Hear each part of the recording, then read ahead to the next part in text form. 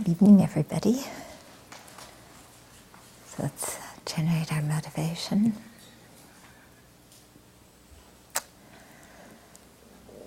And again, feeling the preciousness of this life and how we don't know how long we have it.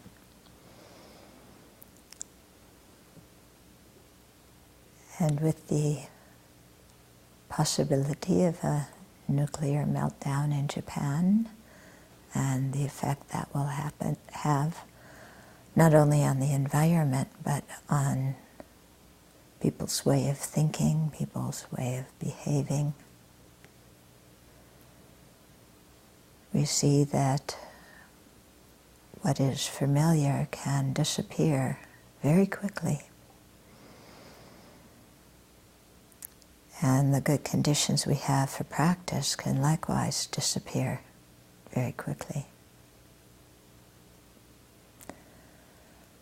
So it's important while we have them to really use these conditions,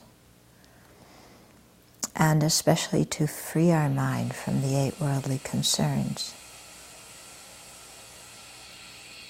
because they are such an obstacle to our practice.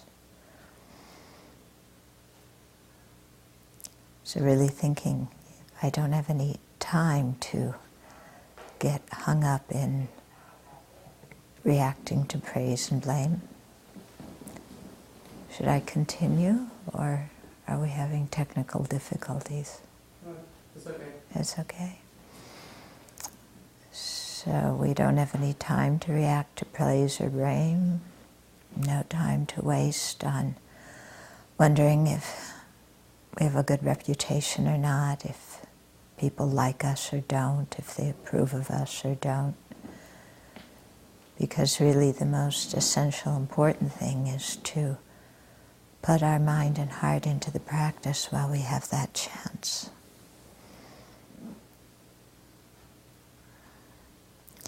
And especially to cultivate the bodhicitta while we have the possibility of doing so. By recalling the miseries of cyclic existence faced by ourselves and all others, and the kindness that we've received from all others.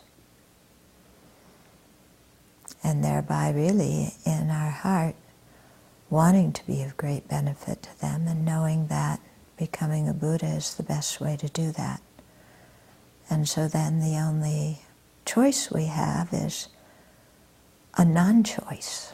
There's nothing else to do but progress along the path to Buddhahood.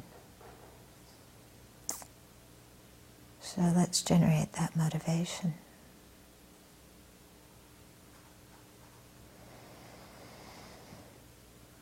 And then thinking that the 4 establishments of mindfulness will help us generate the wisdom that is crucial for eliminating the ignorance that is the root of our cyclic existence.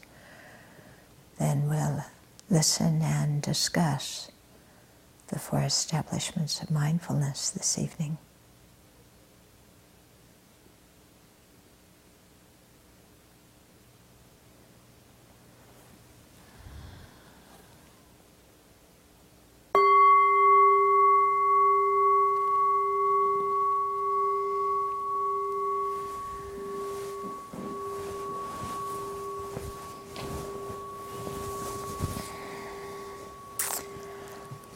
Okay, so there should be 2 documents for you to download. I don't know, how do they find them? They're on the page that they're on right now, and they're in a section that says more about the Abbey, and they just copy that, put it in a Word document. Okay, so go to the section that says more about the Abbey that's at the bottom of the page that you're on now, and the 2 documents are in there. One is quiz number 2, and the other is the root verses from Shantideva's text. So copy those into a Word doc, and then you can print them out or read them on the computer or whatever as you watch. So let's just look at the quiz, the first one. So there's 11 questions on it.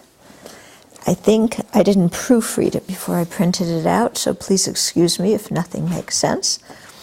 But I think you can probably figure out what the questions are. Okay, so what's the meaning of mindfulness? Is it the same as bare attention?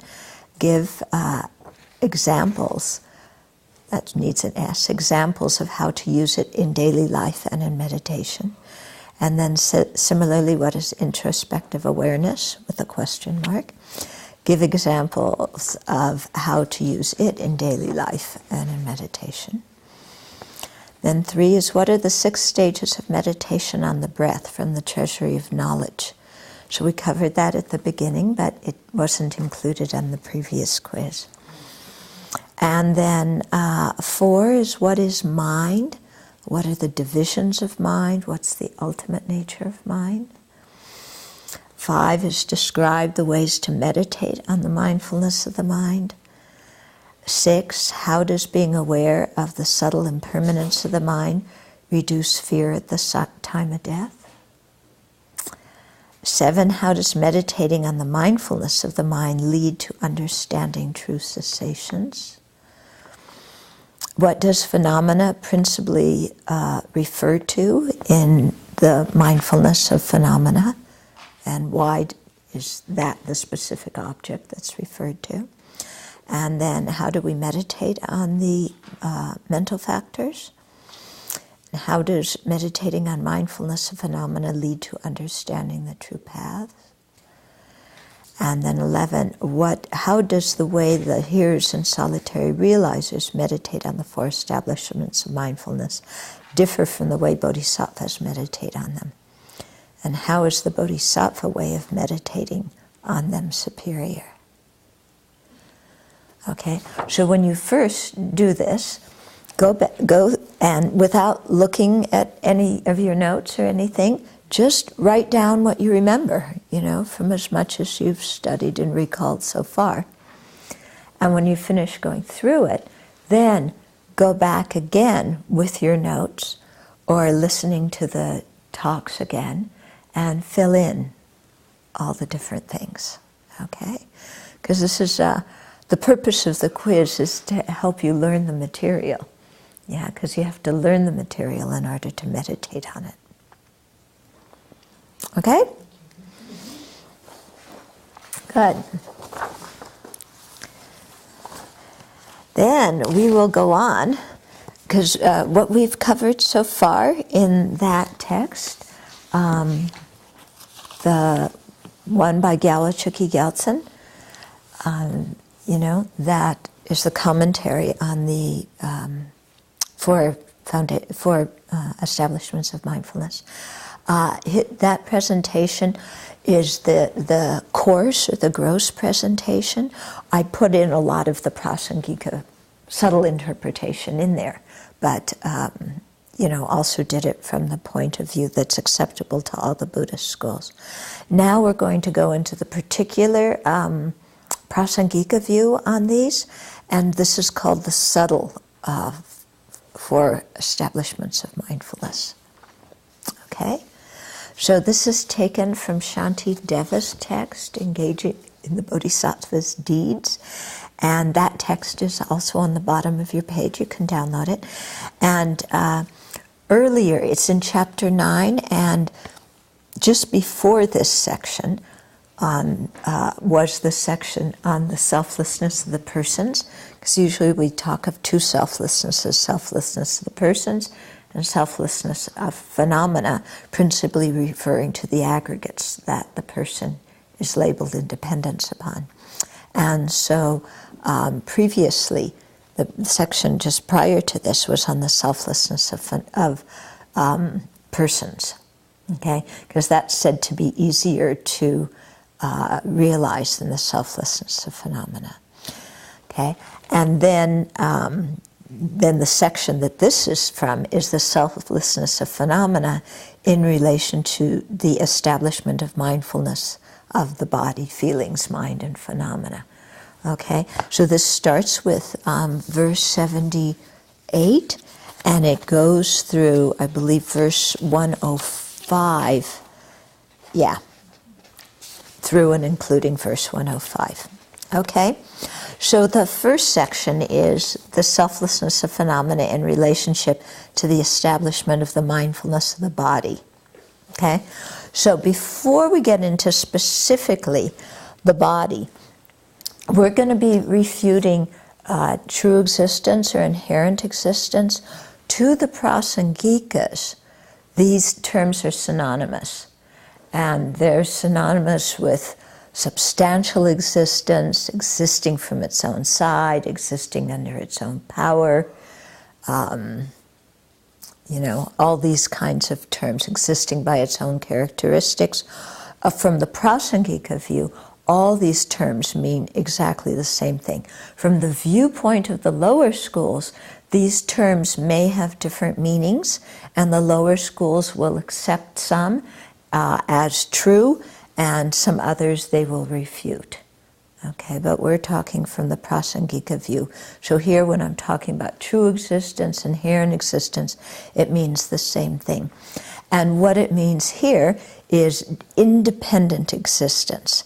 And again, independent in the Prasangika view has a particular meaning that's different, let's say, than the meaning of independent in other situations.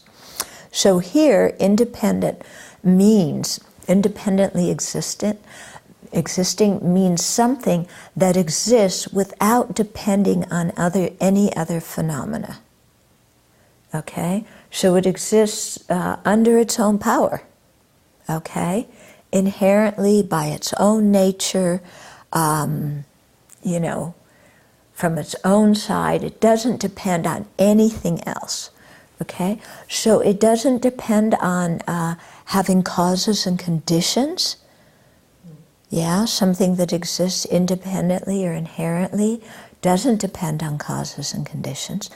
Because you see, independent existence, okay, is the opposite of and mutually contradictory with dependent existence. Okay, so there's only two choices of how things can exist, either dependently or independently. There's no third option. Okay, so something's either dependently existent or independently existent.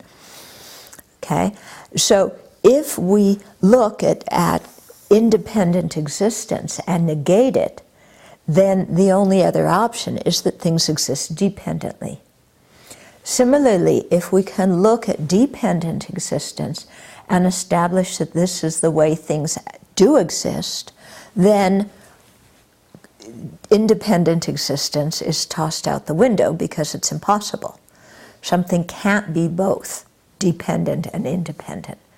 So if we establish dependence, we negate independence.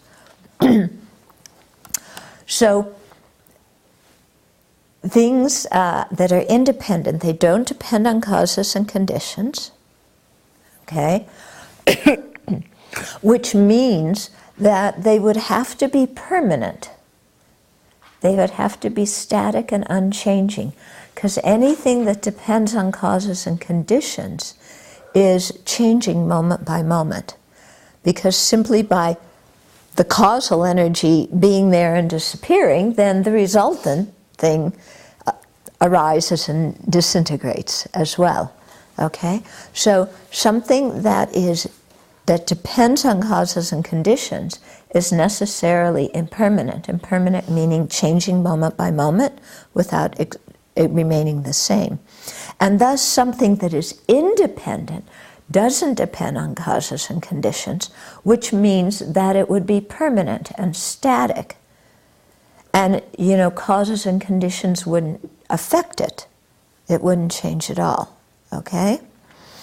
So this is helping us understand what independent or inherent existence means. Something that is independent also doesn't depend on parts. Yeah, because if something depends on parts, then again it's dependent, it can't be independent. Okay, so something that is independent would, have no parts, or it would be the same as its parts.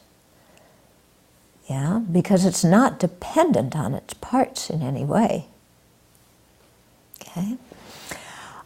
Something that is independent also doesn't exist situated in an environment where it is, it can be labeled and seen and identified as something different than what's around it.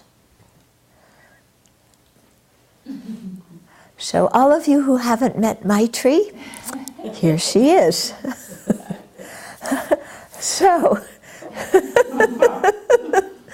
something that is independent doesn't have parts. It doesn't have a tail. It can't have a body, or legs, or head, or ears, or whiskers, or eyes. It exists independent of its parts, and it also exists independent of everything in the environment. Okay. One of the reasons we could identify Maitri is because we know that this thing here is not her. And one of the reasons she has the meaning and function she has is in relationship to all the things that aren't her. Okay? So we can identify a cat because we can identify other sentient beings, we can identify what isn't a sentient being, okay? We can identify things because they exist, in relationship to other things. Yeah? The animal realm exists independent on the human realm and the God realm and the hell realm and, all the other realms. We can't pick it out separately. So it exists in relationship to other things. Okay? So something that's independent isn't embedded in a relational environment.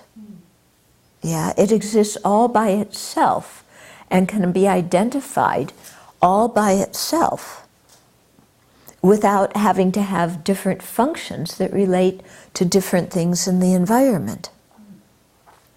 Yeah, you see what I mean? It's quite interesting to think about, when you think about inherent existence. How we identify something is because it performs a certain function, and that function only exists in relationship to everything else in the environment. Okay? So something that's independent doesn't exist in that relationship. Okay? Yeah? So, we can identify Maitri as a cat and ourselves as human beings in relationship to each other. Yeah? Cats have certain functions. We identify them in relationship to meow and in relationship to different things getting broken. Yeah. And in relationship to something soft and cuddly that you like to pet. Okay? So that's how we identify these things. Okay? So something that is independent also does not depend on our mind putting together the different pieces and relating it to the environment and developing a conception of this object and its function and giving it a name as a shortcut. Okay? So, because,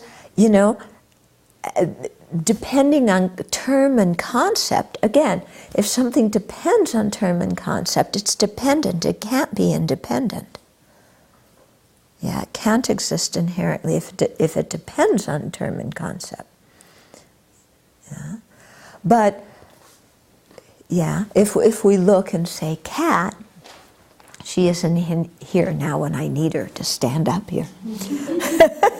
But we label cat independence upon certain parts, a certain shape, certain sounds, certain actions, yeah? And our mind puts all those things together and invents a sound to use as a shortcut to identify that thing. Instead of saying, that predominantly gray furry thing with some white here and white whiskers and a long tail, who likes to play at 11 o'clock at night when you want to go to bed, is walking across the room. That's kind of long to say. So we develop a shortcut and we say Maitri. Okay? Yeah.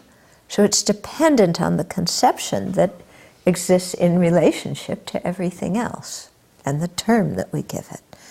Okay? So that I'm talking about this so that you get an idea of what it is we're negating when we talk about negating inherent or true existence. Yeah?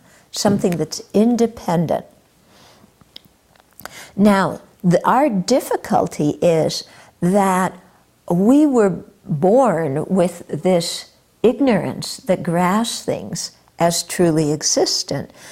And we're so used to seeing things in that way that we don't even recognize that we're doing it. We don't even consider that the way things appear to us may be different from the way they exist. We just assume that what we perceive is reality. Okay?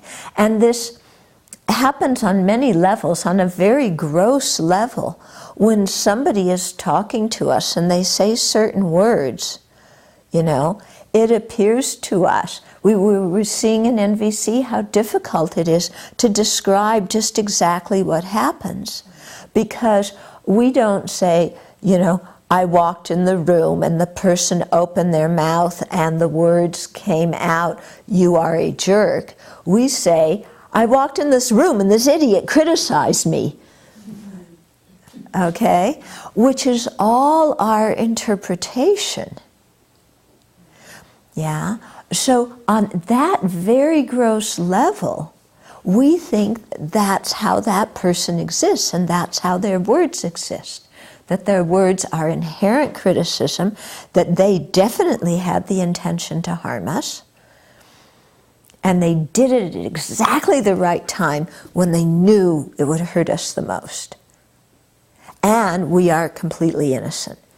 So all those kinds of assumptions exist in us, and we assume that how things appear to us, they really exist that way, when in actual fact on that level, it's completely our mind's interpretation. We're making it up. Now that is a very gross example, okay?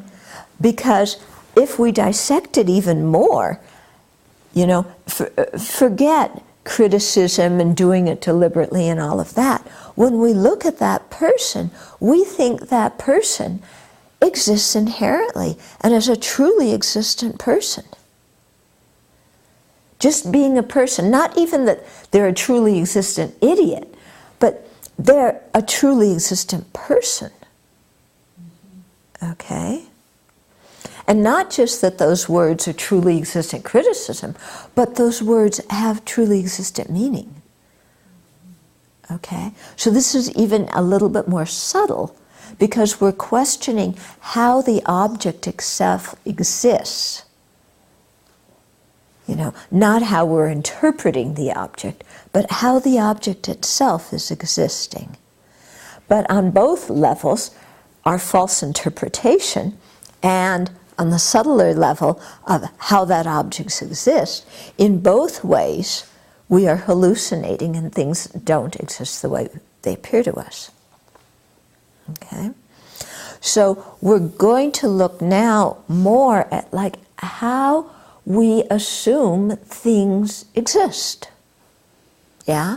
How they appear to us, and if they actually existed as they appeared to us, then what would be the outcome of that? Okay? So the appearance of true existence, yeah, and like I was saying, it's hard for us to identify because we're so used to it. We don't see it at all. But it's it's an object existing somewhere within its basis of designation, not being one with the base, but not being different, but existing kind of mixed in with its basis. Okay? So you see a person, and it seems like there's a real person somewhere in that body and mind.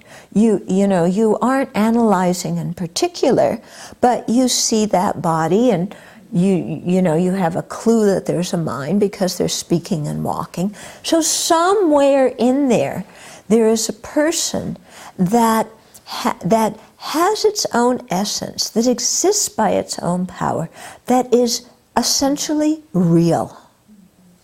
Okay? And that's the way people appear to us, isn't it? They're so-and-so, and there's a real person there with a real personality. Okay? Similarly, when we look at any object, if we look at at a tissue or a cup, it's a real tissue, it's a real cup. When we look at our body, it's a real body. Okay? Our feelings are real feelings. So we think that all these things exist from their own side. They appear to us that way. We agree and assent to that appearance and grasp that appearance as true. Okay?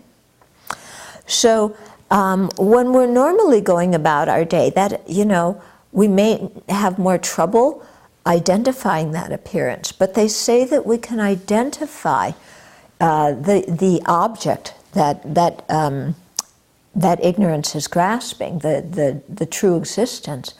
We can identify it more clearly when we have a really strong emotion. Okay? So for example, when you're really attached to a person, Prince Charming is there, finally. He's so wonderful. When you think of him and you look at him, there he is, right there in front of you, truly, right? Yeah? And like, boing, we're head over heels because there's a real Prince Charming there, or Princess Charming, okay? But they're real, yeah? And we believe it. Similarly, if we get a check, yeah, $10,000, wow! This is a truly existent check that is worth so much. Yeah. Truly existent lights coming. Yeah. So everything looks like it has its own nature. Yeah. Independent of everything else. Yeah. This is light by its own nature. It doesn't depend on darkness. It doesn't depend on electricity. It's light from its own side. Okay?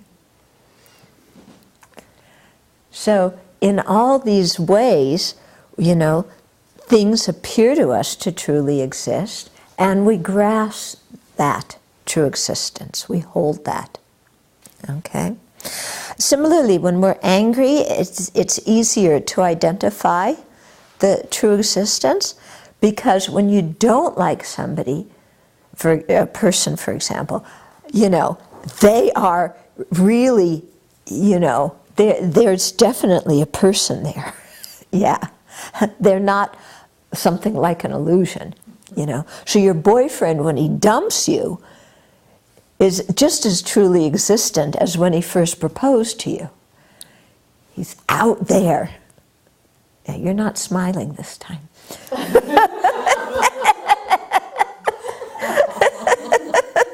Yeah. I talk about Prince Charming. Everybody likes that example. I talk about him dumping us. Whoa. Yeah. But whatever he's doing, he's, in both of those instances, when we're having some strong emotion, he's appearing the same way, so real from his own side. Okay? And so similarly, everything, not just a person, but that person's body, their feelings, their mind, their personality, everything appears so real, and we agree with that. Okay? So this is what we're going to explore. Do all these things really exist as they appear? And here in particular, we're looking at phenomena which are the basis of designation of the person.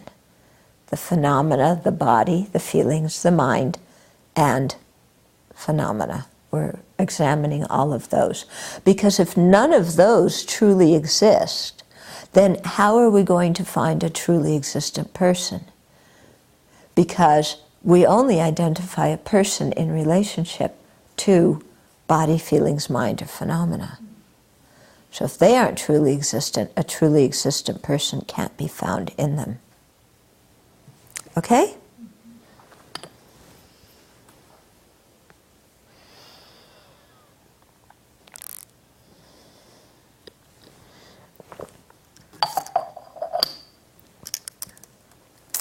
Okay, so Shantideva begins this section. So verse 78, a body is neither the feet nor the calves, nor is a body the thighs or the hips. Neither the belly nor the back is the body, nor is a body the chest or the arms. The sides of the torso and the hands are not a body, nor is a body the armpits or the shoulders. The visceral organs also are not it, and neither is a body the head nor the neck. So what then is a body? So you remember when we did mindfulness of the body, that one week when I was gone, Venerable Tarpa presented looking at the 32 or 36 organs of the body, okay? So when you look at each organ of the body, each part of the body, many of them are listed here, some of them aren't, it doesn't matter, you can use whatever list you want to. But if you look at any of those parts of the body, are any of them a body? Okay, are any of them a body? Now, when somebody walks in a room, you look and you say, there's a body. Okay? Now, if that body were truly existent, we should be able to find it. Because something that exists in and of itself, under its own power, from its own side, without depending on anything else, something that exists that way, we should be able to search for it and find exactly what it is, because it doesn't depend on anything else. It's self-contained. It's self-existent. Okay, self-contained is a very good adjective for that. Completely there. So we should be able to find it when we examine it, because it doesn't depend on anything else. It's just self-contained there. If we take the body, you take Prince Charming's body. Okay, got a good image of Prince Charming? Yeah. Then you start asking, what is his body? Now, we might instantly go to his face, because we're often attracted to people by their face. Okay. So you separate his head from his body and look at that gorgeous head.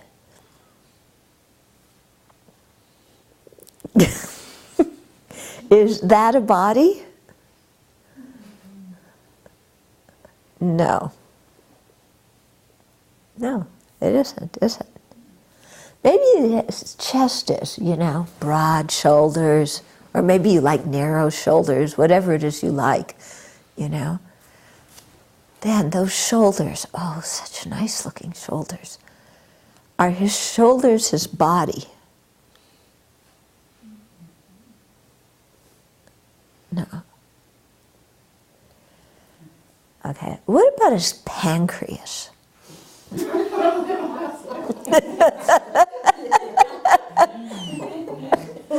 Is that his body?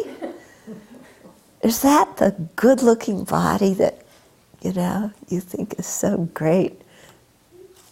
That pancreas, wow. What a good-looking pancreas.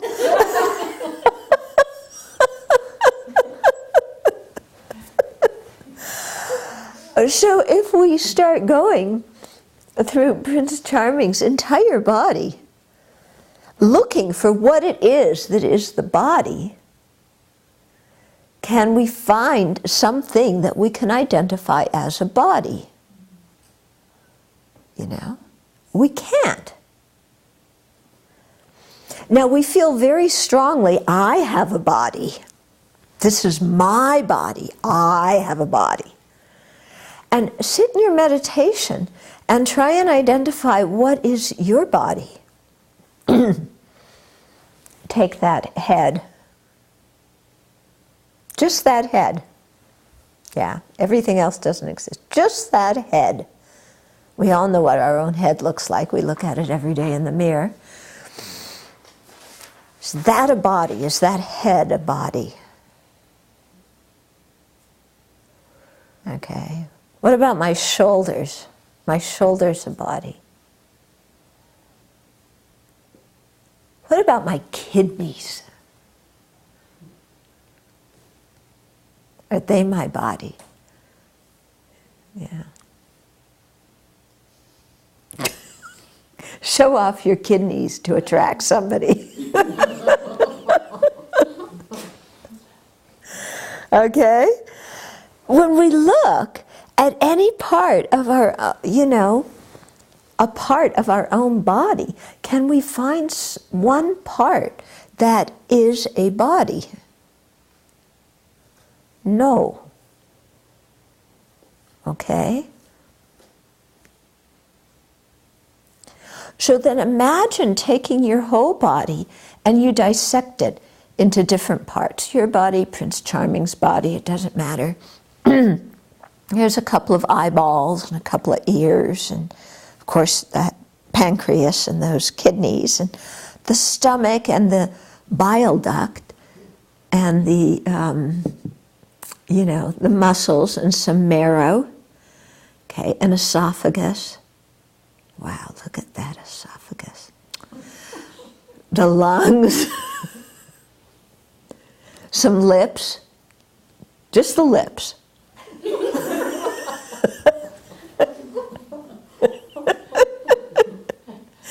Lips are over here, you know, the cheeks are over here, the back of the head's over here, the brain's here. Okay. Huh? And the skeleton. Yeah, and the skeleton, all the bones, they're kind of sprinkled around. Yeah. So before we spread them out like that, we had a body, right? Didn't we? I have a body. Prince Charming has a body. When we take that thing that is the body and just rearrange the parts and put the parts in a different order, do we have a body? No, we don't. Each of the parts of the body is not a body. So we might think, well, it's the collection of the parts that is the body. But if each part is not a body, how can you take a collection of non-bodies and make it into a body? It would be the same as taking a collection of apples and saying it was a grapefruit.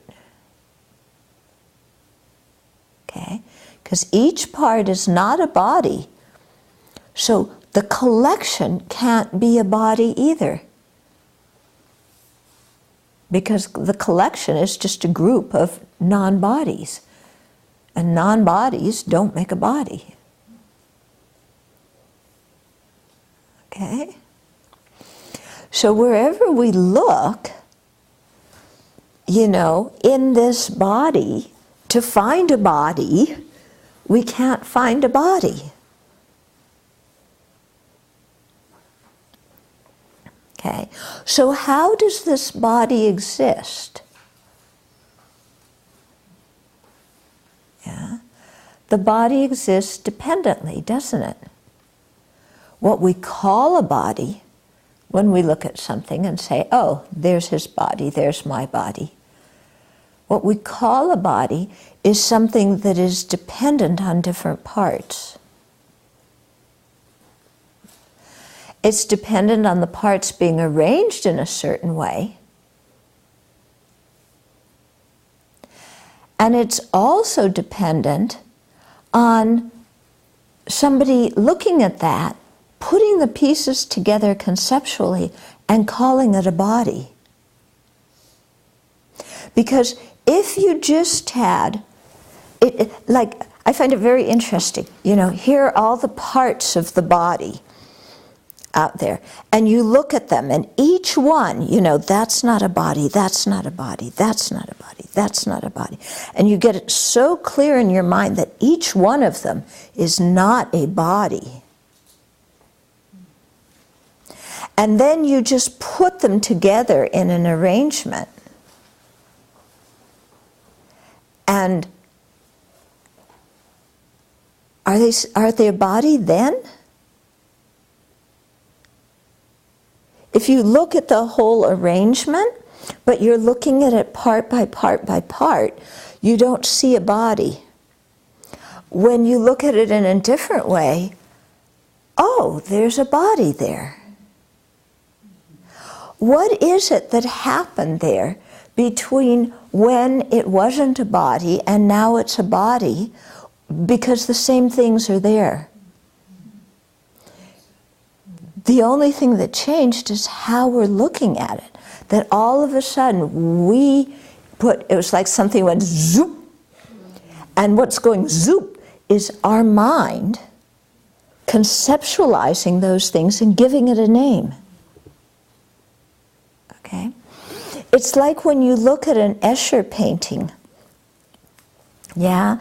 You look at something and there's I forget what the painting, but you look at something and oh, there's a staircase. And then you look at it a different way and there's a hand, and it's the same thing, but yeah, the same lines, and the same colors, and nothing's changed there. But what I'm seeing changed according to how I put the parts together, conceptualized them, and gave them a name. Okay? So we can see very clearly, how does the body exist? Depends on parts. It depends on being conceived and given a label. Okay? And the body also depends on causes. It didn't come out of nowhere. Yeah. So often we have the feeling, there's my body, there it is, it's just there. But is it just there? Did it get there without anything happening? No, the body happens to be there because the causes and conditions for the body were there. Okay? That body doesn't exist independent of the causes and conditions. That body, Prince Charming's body depends on that itty-bitty embryo, that was inside his mother's womb. Doesn't it? And it depends on all the stuff he ate. From the time of that itty-bitty embryo until that time you see, So that body depends on so many causes and conditions. Yeah? So when we look at it like this, If we ask, how does the body exist? We see so clearly the body exists dependently on so many different things. It's not just there, identifiable as a body without identifying anything else, or without relating to anything else. Yeah? So when we see that, then we see that the body can't have its own essence that makes it a body independent of everything else. It does not exist that way. So how it appears to us to exist is false. Okay? There's still a body, but the way it appears is false. It doesn't exist the way it appears. Because when we look for what it is, we can't find anything. When we don't look, there's an appearance. But when we look, it vanishes. Okay? Kind of like, there you have it, there you don't. Yeah, really kind of weird. Okay?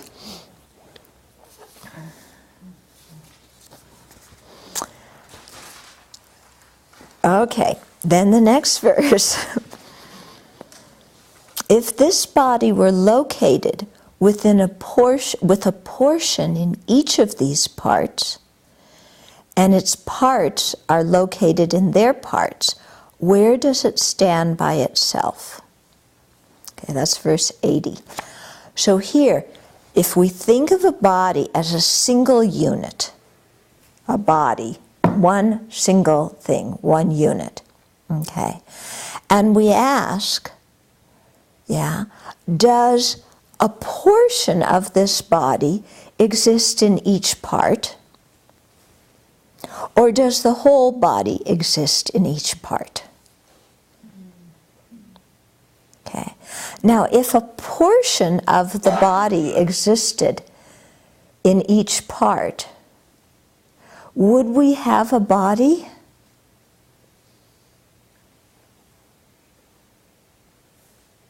One portion of the body exists in my arm. Another portion of the body exists in my hand. Another part of the body exists in my vocal cords. Another part of the body exists in my femur. Can we identify a body that way? No. Okay? So if there's only a portion of the body in each part, we still don't have a body. We only have many portions of a body. We don't have a body. On the other hand, if a whole body existed in each part, okay, if this were a body, a whole body existed here, and a whole body existed here, and a whole body here, and a whole body here, and my small intestine was a body, and it was a whole body existed in my small intestine, and a whole body in my large intestine, then we would have many, many bodies, wouldn't we? Because just as we have many parts, if each part is a whole body, then we have many bodies. But when you look, there's only one body. Okay? So we're analyzing here, how does the whole, the body, relate to the parts? It's a very common analysis to see if things are truly existent. What's the relationship between the whole and the parts? Are the parts the whole? Can you find the whole in the parts? Is each part a portion of the whole? Is each part a whole, the entire whole? Okay? So when we do this kind of analysis, looking for the body in this way, we still can't find a body, can we? Because if a portion of a body existed in each part, we still just have a bunch of portions of a body. We still don't have a body. If a whole body existed in each part, then we have many bodies. Okay? So how does this body exist in relationship to the parts? Yeah. How does this body exist in relationship to its parts? Can you find the body in a part? Can you find a body separate from the part? What's the relationship there? Because when we really search and investigate, we can't find the body in a part. We can't find a body separate from a part. But this body that we were so sure existed, does it really exist the way we think it does? You know? Go back to Prince Charming, you know, when you saw his good-looking bod, wow, there it was. Yeah, it looks so real, outside, independent. But what is it? When you search for it, what is it? When we look at our own body, my body, I cherish my body so much. I never want to be separated from it. It's the essence of me-ness. Yeah? You know, what's the relationship between your body and the parts of the body? Can you identify a body here? Do you get some kind of weird feeling trying to search for your body and seeing just a bunch of parts and no body? I have a body. Wait a minute, there's just a bunch of non-bodies here. There's just a bunch of things that are not a body here. My ribs, my mesentery, my lungs, all the tendons. Yeah. Paste some skin on it. Yeah. Tack some hair. Yeah. Where's my body?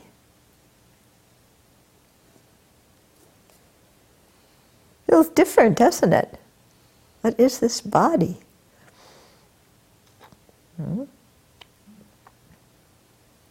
And then go a step further. What is mine about this body? We always say, my body. What in the world is mine about this body? Yeah. Just a bunch of ribs. Okay. And then all your spinal, what do you call the parts of the spine? Vertebrae. All the different vertebrae. Yeah. Kind of a bunch of muscles. Yeah. Even this face, we always think, oh, I have a face. Well, take off the skin and there's just all this muscles there.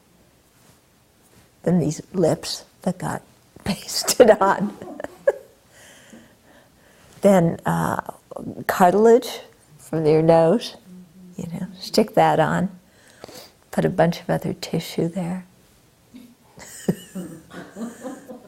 Yeah. Take a couple of eyeballs that are lying on the counter, glue them in. Yeah. What's my body? What is my face? What is mine about it? And why in the world am I so attached to it? That does not make any sense at all. You know. And Prince Charming's body, why am I attached to that?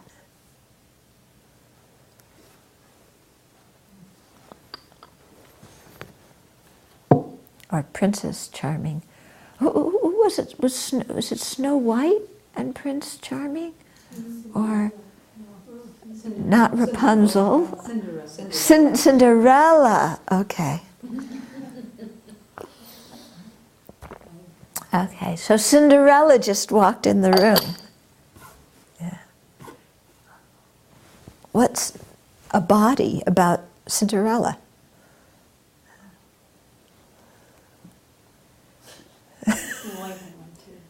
Huh? Snow White had a Prince Charming too. Snow White had a prince. Both of them had Prince Charmings? Who woke her up? Yeah, but they were both named that. Oh, yeah. One of them woke her up. Yeah. Oh, it must have been Buddha. Must have been. Until I have awakened. And she woke up. Be interesting to read the fairy tale from that viewpoint, wouldn't it? The 7 dwarves are the 7 enlightenment factors. And yeah. Okay.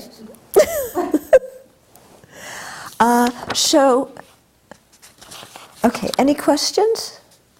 I just Yeah. want to comment. When you've been speaking about this, what my mind has been doing is it keeps bringing up this, really it's vague, but nonetheless this notion about kind of the gestalt of, Yeah. you put all this together and somehow, Right. it's more than the parts. Parts, that we see. right. Yeah. Okay. So this is, we have very much this concept. There's a gestalt. You put the parts of the body there. You put the parts of anything there. And the whole is more than the sum of its parts. But what we look when we do this analysis is that the only thing that is more than the sum of its parts is what is coming from our mind imputed on it. Yeah. Okay, it is more than the sum of its parts. Yeah, the sum of its parts, there's just parts of a body, there's not a body. What is more than the sum of the parts? The body? Where did that body come from? My mind conceiving and labeling it. If I didn't do that, it would still be parts of the body. Yeah? So when you look at it, and this idea of the gestalt, there's more than the sum of the parts. Whatever there is more is what we put on it. Not something that comes from its own side. Not something out there that is real and objective appearing to us, but something that we've projected onto it and put on it. Then on the other side, when you said, there's the whole body in this, then my mind went to, DNA and chromosomes and, all of the pattern All is right. in there. Okay. So then, when we said the body was in here, then your mind says, oh, yeah, that's true, because all the DNA are there in the chromosomes. And if you take out those every chromosomes, you kind of pull them out, I don't know, with a pair of tweezers or something, then that has the possibility to make a whole body. But if you hold that chromosome there, chromosome magnified. Decorated. Yeah, if you hold that chromosome there, is that a body? Is the body in any of the little genes on the chromosome? It's not, is it? So sure, there might be genes in there and chromosomes, but they're still not a body, are they? Yeah. Someone asked a question online. There was a technical difficulty, so they may not have heard the answer you just gave. But the question is, are we talking semantics? Bodies are made of parts. The sum of the parts is the body. And what's the question? Are we talking semantics? Oh, are we talking semantics? And then they said what? The bodies are made of parts. The bodies are made of parts, and the sum of the parts are the body. Okay? We're not just talking semantics. We're talking about what really is the body. How does the body really exist? Yeah. The sum of the parts is the body. So then again, we bring all the parts together in one big heap. We still don't have a body, do we? It's not just the sum of the parts of the body.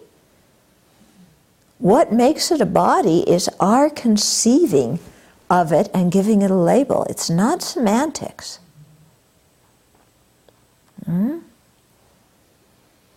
Okay.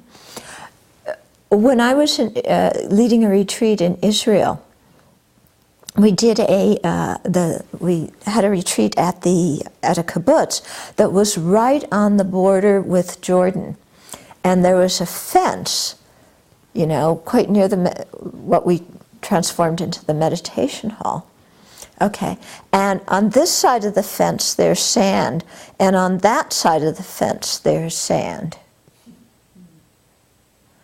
Okay, and this sand is Israel, and that sand is Jordan.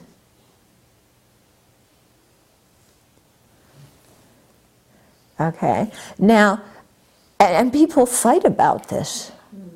People fight big time about this. Which grain of sand is Israel, and which grain of sand is Jordan? Okay, but if if you say, well, the pile of grains of sand are Israel, and these pile of grains of sand are Jordan, then if you move the fence 10 feet this way or 10 feet this way, doesn't which grains of sand are Jordan and which grains of sand are Israel change? Yeah, but if the sum of the parts were that object, it couldn't change. This sand could not be one day be Israel, next day be Jordan, or one day be Jordan and the next day be Israel. Okay? Because they would have to have their own inherent nature there. Yeah. If you think about it, it seems like we're talking just semantics. But if you think about it, a lot of the things that we quarrel about are what we call different objects. And we don't feel like we're just talking semantics and quarreling over semantics. There's a bug back there. Okay. That bug does not feel like a semantic. From the point of view of that bug, I am real. Okay? But if she ate the kitty ate the bug, then the bug would become part of the kitty. That couldn't happen. I mean, we eat broccoli, and the broccoli becomes our body. It's the same thing. You eat meat, and that cow becomes part of your body. It becomes your body.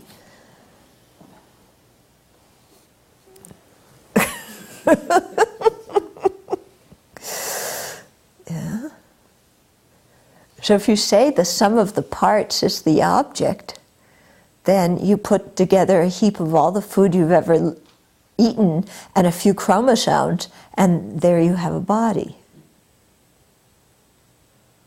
Yeah. So you see, it's not just semantics. It's how we think things exist.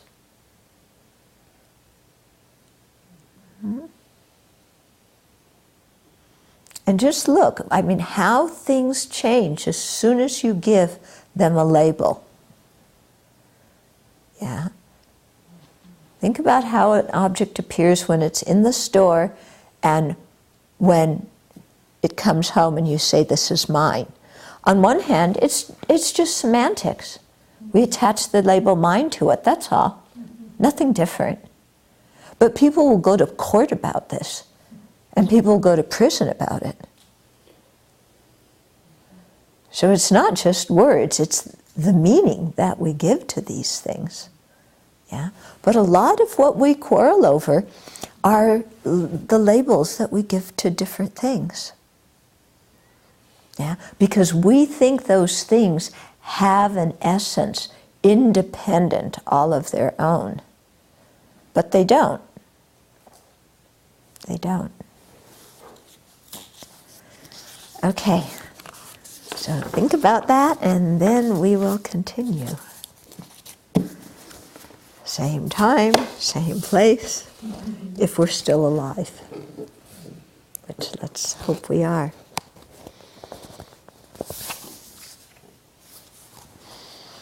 So do the quiz in this ensuing week, and then we'll start going through the answers of the quiz as a review.